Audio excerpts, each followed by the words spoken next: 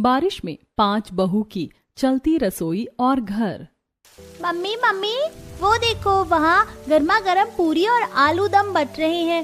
चलो ना हम भी ले आते, बारिश में गर्मा गर्म पूरी और आलू दम खाने में बहुत मजा आएगा।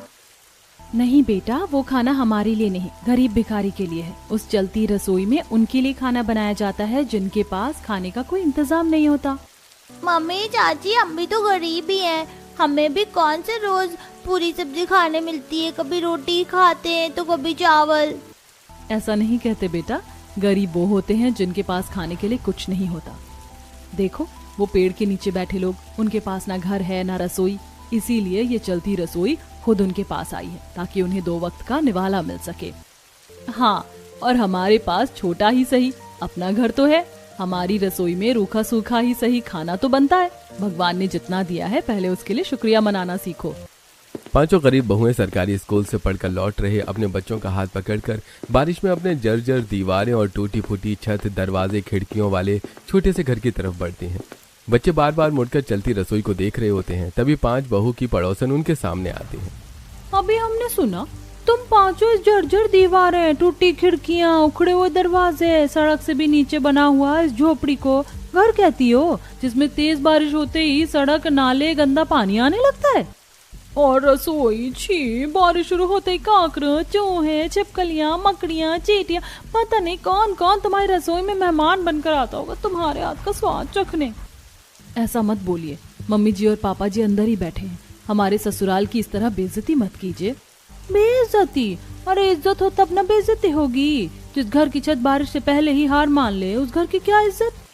5 बहुएं चुपचाप अपने सड़क से नीचे ससुराल में चली आती हैं और गमछे से बारिश में भीगी बच्चों के बाल सूखने लगती हैं। वहीं रामलाल और शारदा एक टूटी चारपाई पर बैठे होते हैं। अरे बहू, हमसे नजरें मत चुराओ, हमने सब कुछ सुन लिया। हमारे कारण तुम 5 को रोज कितनी बातें सुननी पड़ती है। जब कोई हमारे घर को देखकर ताना मारता है तब सबसे ज्यादा दर्द तुम्हें होता है।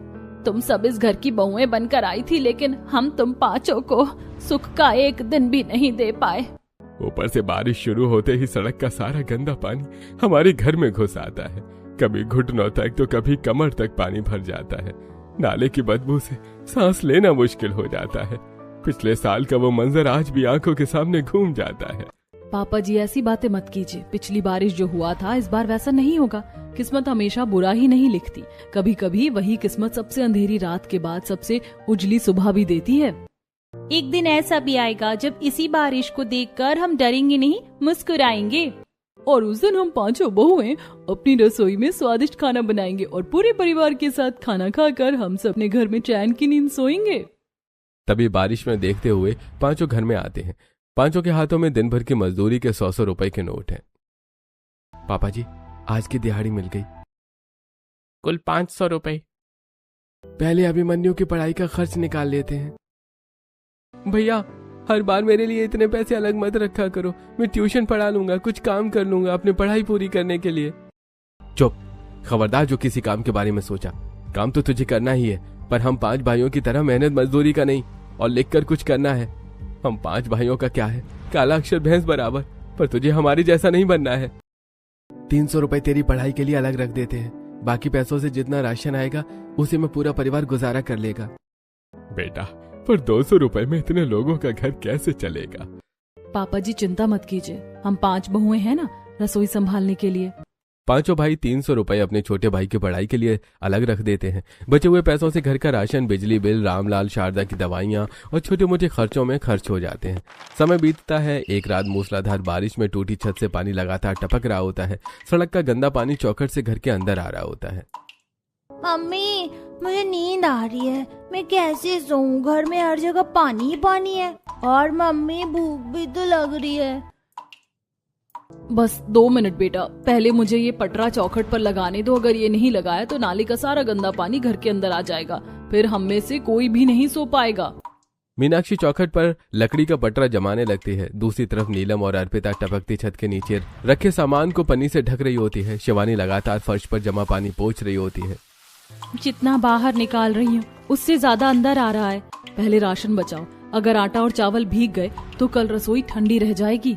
मुझे भूख लगी है, पहले मुझे कुछ खाने को दो ना। नित्या बेटा एक काम करो, मैंने दूध गर्म करके रखा है, तुम खुद ही ग्लास में डालकर पी लो।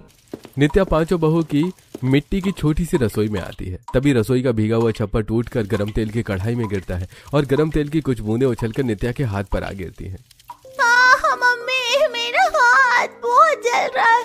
नित्या, अरे जल्दी देखो, बच्ची जल गई। हे भगवान, मेरी बच्ची। पूरा परिवार दौड़कर नित्या के पास पहुंचता है। जल्दी कोई ठंडा पानी लाओ। आलू लाओ जल्दी। नहीं, टूथपेस्ट लगाओ।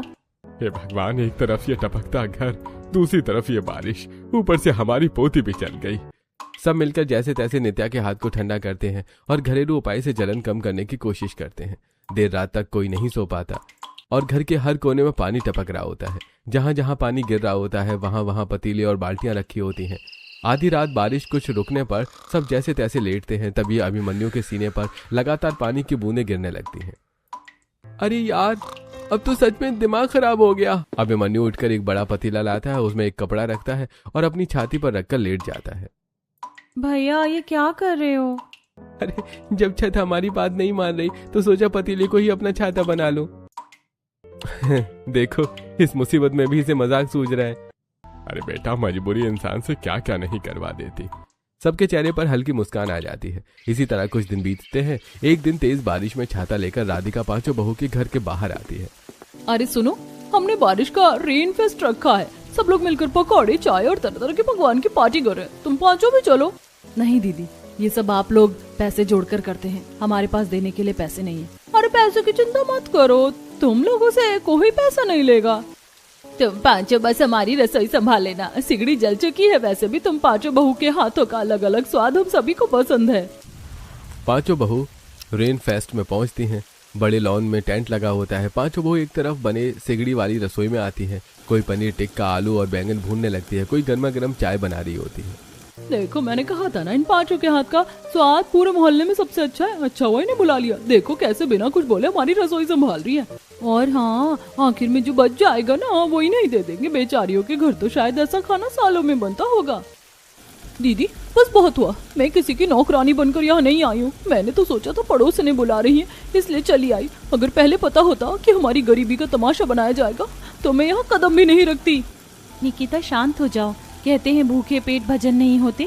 अगर थोड़ा बहुत भी बचा हुआ खाना मिल जाएगा तो बच्चे खुशी से खा लेंगे। हमारे घर में तो बारिश के दिनों में पापड़ भी नसीब नहीं होता। कम से कम आज बच्चों को पनीर का पकौड़ा और टिक्का तो मिलेगा। रेन फेस्ट खत्म होता है। बचा हुआ पनीर, टिक्का, पकौड़े और कुछ खाने का सामान एक डिब्बे में रखकर पांचों बहुओं को दे दिया जाता है। पांचों बहुएं चुपचाप घर लौट आती हैं। देखिए, हमारी सहेलियों ने क्या दिया है। नहीं नीलम, ये खाना हम नहीं खा सकते। जिस खाने के साथ हमारी इज्जत कुचली गई हो, वो निवाला गले से कैसे उतरेगा। मम्मी, मैं भी नहीं खाऊंगा। नहीं मम्मी, मैं भी नहीं खाऊंगी। उन्होंने आपको नौकरानी कहा था। हमें सूखी रोटी दे दो मम्मी, लेकिन ऐसा खाना मत खिलाओ। ये सब हमारी मजबूरी की वजह से हो रहा है। हम अपने परिवार को 2 वक्त की रोटी तो दे पा रहे हैं, लेकिन सम्मान से जीने की खुशी नहीं दे पा रहे हैं। बारिश आते ही हमारी बीवियों को घर की चिंता अलग, रसोई की चिंता अलग और समाज के ताने अलग सुनने पड़ते हैं। सुन भाई, हम पांचों तो जिंदगी भर मजदूरी करते रह गए। सच कहूं तो हमारे दिमाग तो गोबर गणेश है। अब इस घर की उम्मीद सिर्फ तू है। तू पढ़ लिख कर बड़ा आदमी बनना, बस इतना कर दे कि हमारी अगली पीढ़ी को ये दिन न देखने पड़े। भैया, मैं वादा करता हूँ आपकी मेहनत बेकार नहीं जाने दूंगा। मैं जी जान लगाकर पढ़ूंगा। एक दिन आप सबका सिर गर्व से ऊंचा करूंगा। अगर घर की हालत अच्छी होती तो शायद मैं भी आगे बढ़ पाती, लेकिन कोई बात नहीं। भैया पढ़ेंगे तो पूरे परिवार की किस्मत बदल जाएगी। मेरा क्या है, एक दिन तो मुझे विदा होना है। कुछ दिन बीतते हैं। एक सुबह अभिमन्यु की गैर मौजूदगी में डाकिया आता है और रामलाल डाकिया से लिफाफा लेकर प्रीति को देता है। पापा, इसमें तो लिखा है कि अभिमन्यु भैया इंटरव्यू में पास हो गए। उनकी सरकारी नौकरी लग गई है। शारदा, बहुओं बेटो, सुना, हमारा अभिमन्यु, हमारा बेटा अपने सपनों वाली नौकरी के लिए चुन लिया गया है। वाह, अब तो भैया के आने पर उन्हें जोरदार सरप्राइज देंगे। आज पहली बार लग रहा है हमारी मेहनत रंग लाई। हमारा 300 रुपए बचाना बेकार नहीं गया। आज मीठा तो बनाना ही चाहिए। हम 5 बहू अपनी रसोई में आज खीर बनाएंगे। तभी घर में पुलिस के साथ कृष्णलाल, सुमन और उनके आदमी कालिया, कल्लू घुस आते हैं। कोई भी अपनी जगह से नहीं लगा, हमारे पास सर्च वारंट है। कहाँ छिपाया है अपने लड़के को? अरे क्या बात कर रहे हैं आप? क्या हुआ है? काली और कल्लू घर का सारा सामान उलटना पलटना शुरू कर देते हैं। पांचों बहुओं की रसोई तोड़ देते हैं, मसालों के डिब्बे फेंक देते हैं, बर्तन इधर उधर फेंक दिए जाते हैं, अलमारी से कपड़े निकालकर सीखने लगते हैं और डंडों से छत पर वार करके उसे और तोड़ने लगते हैं। अरे ये क्या कर रहे हो तुम लोग? हमारी रसोई क्यों तोड़ रहे हो? शांत रहिए, पहले पूरी बात सुन लीजिए। दरअसल आपके बेटे अभिमन्यु पर इनकी बेटी नैना को लेकर भागने का आरोप है। अरे दोनों एक दूसरे से प्यार करते होंगे तभी न साथ भागे हैं। आपकी बेटी भी अपनी मर्जी से गई होगी। मेरी बेटी भागी नहीं है, उसे बहकाया गया है।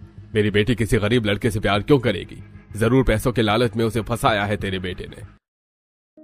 वरना मेरी बेटी हमें छोड़कर कभी नहीं जाती। प्यार अमीरी गरीबी देखकर नहीं होता, और बिना किसी सबूत के हमारे घर और रसोई में आप तोड़फोड़ नहीं कर सकते। कृष्णलाल जी, मामला जांच में है, कोई भी कानून अपने हाथ में नहीं लेगा, चलिए यहाँ से। पुलिस कृष्णलाल और उसके आदमियों को लेकर वहां से चली जाती है। घर पूरी तरह बिखर चुका होता है। टूटी रसोई, भीगे कपड़े और बिखरा राशन देखकर सबकी खुशी पल भर में गायब हो जाती है। हे भगवान, जिस बेटे के भरोसे हमने इतने सपने देखे थे उसे क्या सूझी? उसे तो शायद ये भी नहीं पता होगा कि उसकी नौकरी लग गई है। हम यहाँ उसकी राह देख रहे हैं और साहबजादे प्यार में दुनिया भूल गए। पापा इतना नाराज मत हुई। अगर भैया किसी से प्यार करते तो इसमें बुरा क्या है? कम से कम उन्हें उनकी अपनी पसंद की जीवन साथी तो मिल रही है ना। हम 16 लोगों का बोझ अकेले अभिमन्यु जी के कंधों पर नहीं डाल सकते। उनकी भी अपनी जिंदगी है। ये नौकरी नहीं तो दूसरी नौकरी मिल जाएगी। मेहनती इंसान की मेहनत कभी बेकार नहीं जाती। जब अभिमन्यु जी लौटेंगे तब हम डांट भी लेंगे और गले भी लगा लेंगे। अभी दुआ कीजिए कि दोनों जहां भी हो सुरक्षित हो। ऐसी रात होती है। मूसलाधार बारिश में पूरा परिवार जैसे तैसे सोने की कोशिश कर रहा होता है। तभी कृष्णलाल के आदमी कल्लू और कालिया घर में घुस आते हैं और लाठी, सरिये और डंडों से घर पर ताबड़तोड़ वार करना शुरू कर देते। बारिश से पहले ही कमजोर हो चुकी दीवारें एक एक करके गिरने लगती हैं। अरे निकलो, सबको बाहर निकालो। अरे आज इस घर की एक एक ईंट का हिसाब होगा। अरे ये क्या कर रहे हो? अरे रुको, हमारा घर मत तोड़ो। पूरा परिवार तेज बारिश बच्चों को लेकर भागते हुए घर से बाहर निकलता है। तभी कृष्णलाल अपनी गाड़ी से उतरता है। अभी तक मेरी बेटी नहीं मिली। पता नहीं तुम्हारा फटीचर बेटा मेरी बेटी को इस बारिश में किस मंदिर की सीढ़ियों पर, और तुम लोग यहाँ छत के नीचे चैन की नींद सोओगे। कृष्णलाल इशारा करता है। गुंडे बची हुई दीवारों पर भी वार कर देते हैं। कुछ ही मिनटों में पूरा घर मलबे में बदल जाता है। सभी पड़ोसी अपनी अपनी खिड़कियों से यह मंजर देख रहे होते हैं, पर एक अमीर के खिलाफ गरीबों के पक्ष में खड़े होने की हिम्मत किसी की नहीं होती है। हमारी रसोई, हमारा घर। खबरदार जो एक ईंट भी दोबारा रखी तो। मालिक चिंता मत कीजिए, हम दोनों यही रहेंगे। जैसे ये लोग नींव डालेंगे उसी वक्त सब मिट्टी में मिला देंगे। कृष्णलाल अपनी गाड़ी में बैठकर चला जाता है। दो गुंडे वहीं निगरानी के लिए खड़े रह जाते हैं। मूसलाधार बारिश में पूरा परिवार अपने टूटे हुए घर को बेबस होकर देखता रह जाता है। सुबह होने तक बारिश नहीं रुकती। पांचों बहुएं, पांचों भाई, सास, ससुर, बच्चे, नंद बेघर हो चुके होते हैं। चलो, यहाँ रुकने का कोई फायदा नहीं है। मम्मी, अब हम कहाँ रहेंगे? हमारा घर कहाँ गया? बेटा, अब तो भगवान ही कोई रास्ता निकालेगा। सब अपने अपने सामान की बची हुई गठरियां उठाकर निकल पड़ते हैं। पांचों बहुएं और पूरा परिवार जहां शरण के लिए मदद मांगता, कृष्णलाल के आदमियों के डर से लोग उन्हें मना कर देते। हम जा भी जाते हैं, हमसे पहले कृष्णलाल के आदमी पहुंच जाते हैं। इतना बड़ा आदमी है, पैसे के दम पर किसी को भी अपने पक्ष में कर लेता है। और अगर उससे लड़ने गए तो कहीं ऐसा ना हो कि उल्टा हम ही जेल पहुंच जाए। ऊपर से अभिमन्यु पर पहले से मामला दर्ज है। हमारी बात सुनने वाला भी कौन है? पूरा परिवार बारिश में भीगता हुआ एक अनजान, तभी सरकार की चलती रसोई वाली वैन वहां आकर रुकती है। कुछ कर्मचारी सड़क किनारे बैठे गरीबों को गर्मा गर्म पूड़ी और आलू की सब्जी बांटना शुरू कर देते हैं। मम्मी, अभी तो हमारा घर नहीं है और आप तो पांचों की रसोई भी नहीं रही। इसका मतलब अब तो हम भी गरीब हो गए ना। अब हम भी इनकी पूरी सब्जी खा सकते हैं क्या? बहुत जोरों की भूख लगी है। ये भगवान कैसी घड़ी दिखा दी। जिन बच्चों ने हमेशा हिम्मत दिखाई, आज वही बच्चे खुद को गरीब कह रहे हैं। मेरे पोते पोतियों की ये बात सुनने से पहले अगर मेरी सांस रुक जाती तो अच्छा था। हमारी मेहनत भी आज हमारे परिवार के सिर पर छत और पेट में रोटी का इंतजाम नहीं कर सकती। चलो इसे चलती रसोई से ही पेट भरते हैं। 1 मिनट, क्यों ना हम ऐसा घर बनाए जो चलता फिरता हो, नीचे पहिए हो, जहाँ चाहे वहाँ ले जाए। तो जैसे ही गुंडे आएंगे हम अपना घर लेकर दूसरी जगह निकल जाएंगे। वो नींव ही नहीं मिलेगी जिसे तोड़ सके। और उसी घर के अंदर रसोई भी होगी, जहाँ घर जाएगा वहीं हम पांचों की रसोई भी जाएगी। बिल्कुल, हम कहीं भी जाएंगे तो वो लोग पहुंच जाएंगे, लेकिन अगर हमारा घर ही हमारे साथ चलेगा तो कोई हमें बेघर नहीं कर पाएगा। बारिश हो, धूप हो या आंधी, हमें जहाँ सुरक्षा मिलेगी हम 5 बहू अपने घर और रसोई को वहीं लेकर चले जाएंगे। वाह, इसे कहते हैं अंधेरे में भी रोशनी ढूंढ लेना। जब किस्मत दरवाजा बंद करती है, मेहनत नई खिड़की खोल देती है।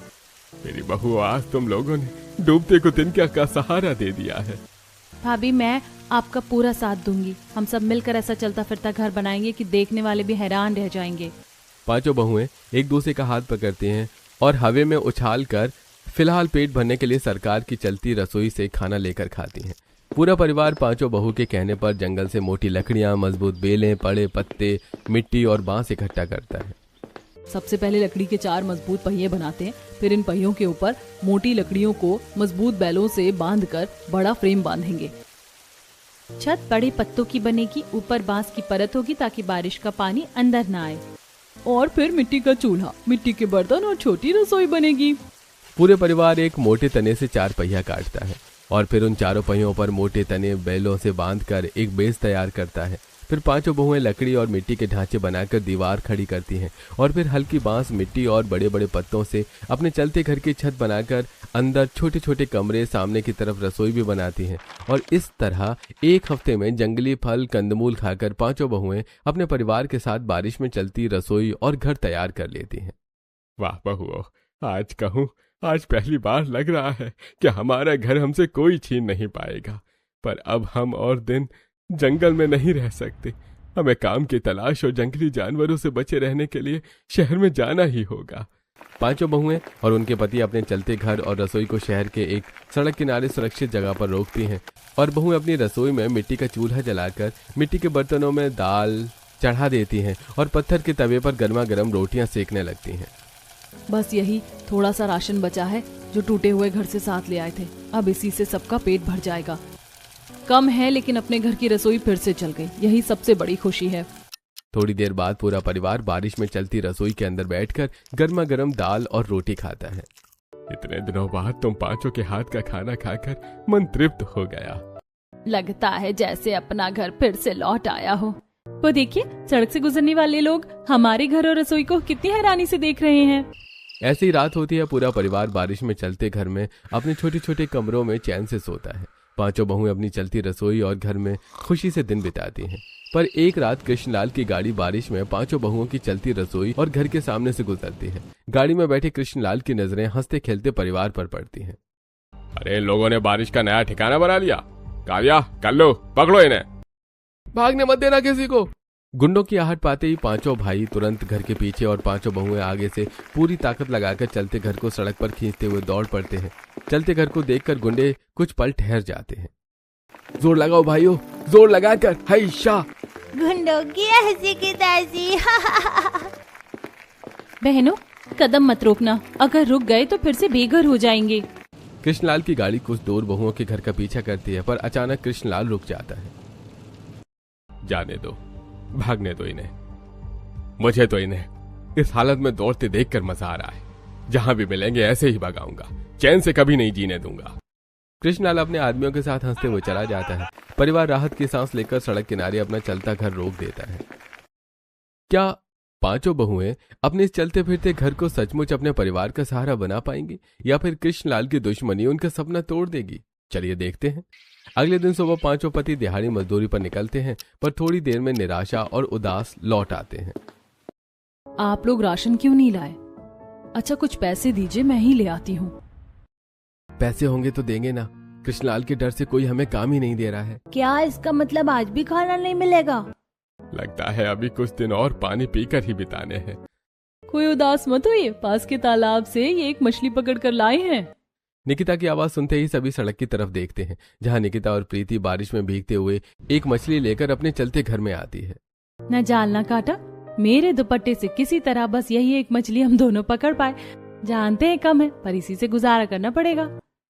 पर आप लोग चिंता मत कीजिए, आज मैं सबको असली बंगाली माछ खिलाऊंगी, वो भी अपने बंगाली अंदाज में।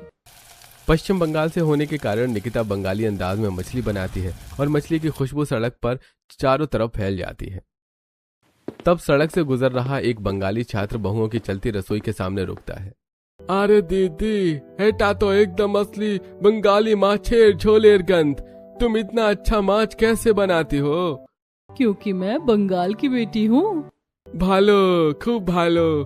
अगर बुरा न मानो तो ये माछ मुझे दे दो। पढ़ाई करने यहाँ आने के बाद से कभी ये स्वाद नहीं मिला। मैं इसके पूरे पैसे दूंगा। अगर पैसों के बदले ये मछली इसे दे देती हूँ तो पूरे परिवार के पेट भरने का राशन का इंतजाम हो जाएगा। जानती हूँ ये गलत होगा, पर परिवार का पेट भरने के लिए मुझे इस बच्चे से पैसे लेने पड़ेंगे। सूरज से पैसे लेकर निकिता सूरज को मछली दे देती है और मछली लेकर सूरज चला जाता है। जब भगवान एक रास्ता बंद करते हैं तो दूसरा जरूर खोलते हैं। मुझे एक आइडिया आया, क्यों ना हम अपनी चलती रसोई को ही अपना व्यापार बना ले।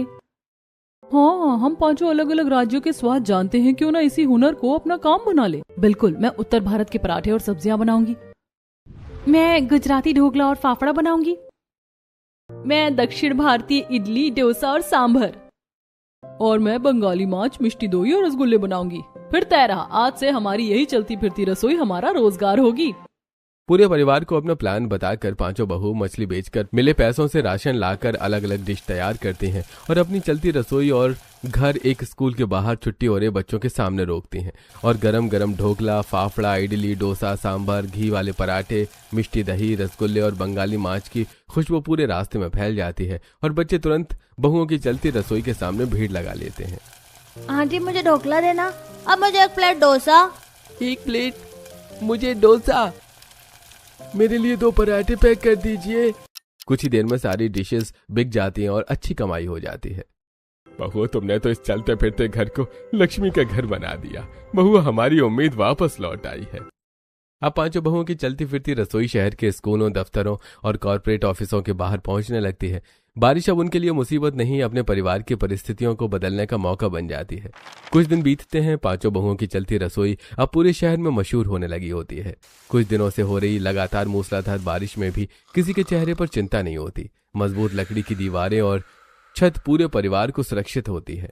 सब लोग चैन की नींद सो रहे होते हैं, तभी सड़क के अंधेरे में कालिया और कल्लू अपने गुंडों के साथ दबे पांव चलते फिरते घर में घुस जाते हैं। मालिक ने साफ कहा है, आज इनकी चलती रसोई और घर किसी भी हालत में बचना नहीं चाहिए। अरे पहले दरवाजा तोड़ो, फिर अंदर जो मिले सब तहस नहस कर दो। गुंडे लोहे की रॉड से दरवाजे पर वार करते हैं। तेज आवाज सुनते ही पूरे परिवार की आंख खुल जाती है। कौन है? दरवाजा कौन तोड़ रहा है? इससे पहले कि कोई कुछ समझ पाता, 2 गुंडे दरवाजा तोड़कर अंदर घुस जाते हैं। अरे राम, फिर से वही लोग आ गए। भाइयों, अब पीछे हटने का सवाल ही नहीं है। अगर आज ये घर टूट गया तो हमारी सारी मेहनत मिट्टी में मिल जाएगी। एक भी गुंडा बाहर नहीं निकलना चाहिए। पांचों भाई गुंडों पर टूट पड़ते हैं। छोटे से चलते घर के अंदर धक्का मुक्की और हाथापाई शुरू हो जाती है। कोई गुंडे की लाठी छीन लेता है, कोई उसे धक्का देकर दीवार से टकरा देता है। अरे पकड़ो इन्हें, घर तोड़ो। दूसरी तरफ निकिता खिड़की से बाहर झांकती है और बाहर खड़े बाकी गुंडों को देख लेती है। बहनों, अगर हम यहीं खड़े रहे तो ये लोग बाहर से पूरा घर तोड़ देंगे। जल्दी घर खींचो। अर्पिता, शिवानी, मीनाक्षी, रस्सियां पकड़ो। पांचों बहुएं बारिश की परवाह किए बिना बाहर निकलती हैं। वो पूरी ताकत से चलते फिरते घर को खींचना शुरू कर देती हैं। भीगी हुई सड़क, कीचड़ और भारी लकड़ी के कारण घर 1 इंच भी आगे नहीं बढ़ता। बहनों, जोर लगाओ। आज अगर रुक गए तो सब खत्म हो जाएगा। जान चली जाए लेकिन एक घर नहीं टूटने दूंगी।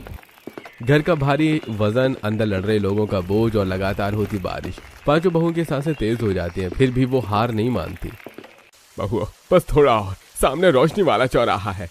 पांचों बहुएं आखिरी बार पूरी ताकत लगाती हैं। धीरे धीरे चलता घर रोशनी वाले चौराहे तक पहुंच जाता है। वहां लोगों की आवाजाही देखकर गुंडे घबरा जाते हैं। अरे कालिया, चल भाग, यहाँ लोग इकट्ठा हो जाएंगे।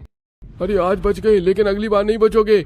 सभी गुंडे भाग जाते हैं। पूरा परिवार थककर सड़क किनारे बैठ जाता है। सबकी सांसें तेज चल रही होती हैं। घर बच जाता है, लेकिन दरवाजा, एक दीवार और छत का एक हिस्सा टूट चुका होता है।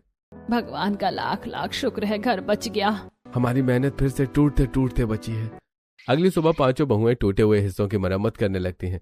कोई लकड़ी काट रही होती है, कोई रस्सियां कस रही होती है, कोई दीवार सीधी कर रही होती है। नहीं, अब ऐसे काम नहीं चलेगा, बिल्कुल नहीं। हमें अब लकड़ी के जोड़ और भी मजबूत करने होंगे। जहाँ जहाँ कमजोरी है वहाँ मजबूत कीलें लगानी पड़ेंगी। और सिर्फ इतना ही नहीं, ऊपर एक मजबूत शटर जैसी छत भी लगानी होगी। कब तक बारिश लकड़ियों पर पड़ती रहेगी? सही कह रही हो, अगर लगातार 2 महीने बारिश होती रही तो लकड़ी फूल जाएगी, फिर किसी दिन पूरा घर हमारे ऊपर ही गिर सकता है। तो तय रहा, आज से हमारा अगला काम यही है, इस घर को सिर्फ चलने वाला नहीं बल्कि इतना मजबूत बनाएंगे कि कोई गुंडा और कोई बारिश इसे हिला भी ना सके। पांचों बहुएं नए उत्साह के साथ फिर से अपने चलते फिरते घर को पहले से ज्यादा मजबूत बनाने में जुट जाती हैं। अगले दिन पांचों बहुएं अपने चलते फिरते घर की मरम्मत करने के लिए कबाड़ी बाजार पहुंचती हैं। चारों तरफ जंग लगा सामान, पुराने टीन, लोहे की चादरें और टूटी मशीनें पड़ी होती हैं। अरे भाई क्या चाहिए बहनों? जो भी भंगार चाहिए यहाँ सब मिल जाएगा। भैया सबसे सस्ती टीन की चादर दिखा दीजिए, हमारे घर की छत मजबूत करनी है। कबाड़ी पुरानी लेकिन मजबूत टीन की चादरें निकाल कर दिखाता है। पांचों बहुएं उन्हें ध्यान से देखकर खरीद लेती हैं। तभी सबसे छोटी बहू की नजर एक कोने में रखी पुराने ई रिक्शा की मोटर, गियर और चेन पर पड़ती है। सबसे छोटी बहू की आंखों में चमक आ जाती है। दीदी, अगर ये मोटर हमारे घर में लग जाए तो हमें बार बार घर खींचना नहीं पड़ेगा। सही कह रही हो, अगर घर खुद चलने लगे तो गुंडे चाह कर भी पकड़ नहीं पाएंगे। तब तो हम जहाँ चाहेंगे वहीं अपनी रसोई खोल देंगे। स्कूल के बाहर, ऑफिस के बाहर, मंदिर के बाहर, हर जगह पहुंच जाएंगे। वाह, ये तो सबसे बड़ा आइडिया है। मोटर, गियर और चेन सब ले जाओ, जितना काम का है उतने ही पैसे दे देना। पांचों बहुएं अपनी बचत से मोटर, गियर और चेन खरीद लेती हैं। पांचों भाई भी काम से लौटकर पूरे मन से साथ लग जाते हैं। सभी मिलकर घर के नीचे मोटर फिट करना शुरू कर देते हैं। गियर जुड़ता है, चेन चढ़ती है, स्टीयरिंग लगती है, लेकिन पहली बार मोटर स्टार्ट करने पर कुछ नहीं होता। लगता है हमारी मेहनत बेकार हो गई। नहीं, कहीं ना कहीं कोई कमी रह गई है। पांचों बहुएं दोबारा हर पुर्जा ध्यान से देखती हैं। थोड़ी देर बाद मोटर का कनेक्शन ठीक किया जाता है। इंजन में ईंधन डाला जाता है। रामलाल बटन दबाकर मोटर स्टार्ट करता है और धीरे धीरे घर आगे बढ़ने लगता है। चल गया, हमारा घर चल गया। अरे सच में हमारा घर अपने आप चल रहा है। आज पहली बार लग रहा है कि भगवान ने हमारी सुन ली। पांचों बहुएं टीन की चादरों से पूरा शेड बना देती हैं। ऊपर बारिश का पानी अब सीधे फिसलकर नीचे बनी ड्रेन लाइन से बाहर निकल जाता है। घर पहले से कहीं ज्यादा मजबूत और सुरक्षित हो जाता है। चलते फिरते घर के अंदर लकड़ी की स्टीयरिंग लगी होती है। कभी स्कूल के बाहर, कभी कॉर्पोरेट ऑफिस के बाहर, कभी मंदिर में भजन कीर्तन के पास। चलते फिरते घर की रसोई हर जगह पहुंच जाती है। गर्मा गर्म पकौड़े, भजिया, पापड़, आइए बारिश का मजा लीजिए। घी वाले पराठे तैयार हैं। इडली, डोसा, सांबर गर्मा गर्म। पापड़ा, ढोकला बिल्कुल ताजा। बंगाली स्टाइल मांच और मिठाई भी तैयार है। तेज बारिश में भी लोग छाता लेकर चलते फिरते घर के पास पहुंचने लगते हैं। कोई भजिया खरीदता है, कोई पकौड़े, कोई पापड़, तो कोई अपनी पसंद की स्पेशल डिश। धीरे धीरे पांचों बहुओं की चलती फिरती रसोई पूरे शहर में मशहूर होने लगती है। तभी एक दिन तेज बारिश के बीच कृष्णलाल की गाड़ी चलती रसोई और घर के सामने रुकती है। कृष्णलाल के आदमी लहूलुहान अभिमन्यु को बहुओं के चलते घर में फेंकते हैं। मिल गया तुम्हारा वो आवारा देवर। मेरी बेटी को बहला फुसला कर ले गया था, पर अब मैंने अपनी बेटी का बयान बदलवा लिया है। अरे पापी, कैसा बाप है रे तू। अपनी बेटी से जोर जबरदस्ती करके तूने उसका बयान नहीं, उसकी इज्जत। छी। चुप, बहुत बोलती है, अभी तुझे सबक सिखाता हूँ। कृष्णलाल के आदमी पांचों बहुओं की रसोई और घर में कूद पड़ते हैं। वहीं पांचों भाई भी किशनलाल के आदमी से उलझ पड़ते हैं। तभी कृष्ण का फोन बजता है। क्या नैना ने फिनाइल पी लिया? मैं अभी आता हूँ। अरे जल्दी चलो, मेरी बेटी ने फिनाइल पी लिया है। मूसलाधार बारिश में कृष्णलाल अपने आदमियों के साथ गाड़ी में बैठता है। तेज बारिश की वजह से गाड़ी स्टार्ट नहीं होती और कृष्णलाल अपने आदमियों के साथ अपने घर की तरफ दौड़ लगा देता है। वहीं पांचों बहुओं की चलती रसोई और घर भी चारों तरफ पानी से घिर जाता है। हे भगवान, चाहे उसने हमारे साथ कितना भी बुरा क्यों ना किया हो, लेकिन अब उसकी बेटी की जान बचाना बहुत जरूरी है। और वैसे भी अब तो वो हमारे घर की बहू है। रामलाल तुरंत चलते घर की ड्राइविंग सीट पर बैठते हैं, इंजन स्टार्ट करते हैं और मोटर गरज उठती है। सड़क पर भरे हुए पानी को चीरते हुए घर सीधा कृष्णलाल के घर के दरवाजे पर पहुंचता है, जहां कृष्णलाल अपनी बेटी को गोद में उठाकर बेबस खड़ा होता है। हे भगवान, अब मैं क्या करूं? एम्बुलेंस आ रही है ना गाड़ी स्टार्ट हो रही है, और अगर पैदल निकला तो रास्ते में ही मेरी बेटी। अरे कोई मेरी मदद करो। जल्दी करिए, हमारी चलती घर में बैठ जाइए। कृष्णलाल अपनी बेबी और बेहोश बेटी के साथ चलते घर में घुस जाता है। मूसलाधार बारिश के बीच एक बार फिर पांचों बहुओं का घर बारिश के पानी को चीरते हुए अस्पताल पहुंचता है, जहां डॉक्टर मिथिलेश तुरंत नैना की ट्रीटमेंट शुरू करते हैं और कुछ देर बाद बाहर आते हैं। आप लोग सही समय पर इन्हें अस्पताल ले आए। अगर थोड़ी भी देर हो जाती तो मुझे माफ कर दो। मैंने तुम्हारे पूरे परिवार पर बहुत जुल्म किए। आज मुझे समझ आया कि सच्चा प्यार और इंसानियत क्या होती है। मैं अभी वो झूठा वीडियो डिलीट करता हूँ और अपनी बेटी का हाथ अभिमन्यु के हाथ में देता हूँ। पांचों बहू के साथ उनके चलते घर और रसोई में बहू बनकर आ जाती है। अभिमन्यु भी अपनी नौकरी शुरू कर देता है। कुछ समय बाद उसी नौकरी के आधार पर होम लोन भी मंजूर हो जाता है और बहुओं की चलती रसोई के पैसों से पूरा परिवार एक सुंदर घर बना लेता है और अब पूरा परिवार हंसी खुशी अपने नए घर में रहता है। लेकिन चलते घर और रसोई को अपनी मेहनत और संघर्ष की सबसे बड़ी निशानी बनाकर हमेशा संभाल कर रखता है। क्या आपने भी कभी चलती घर और रसोई देखी है या उसके बारे में सुना है? और क्या अभिमन्यु ने प्यार के लिए जो फैसला लिया था वो सही था? अपनी राय हमें कमेंट में जरूर बताइए।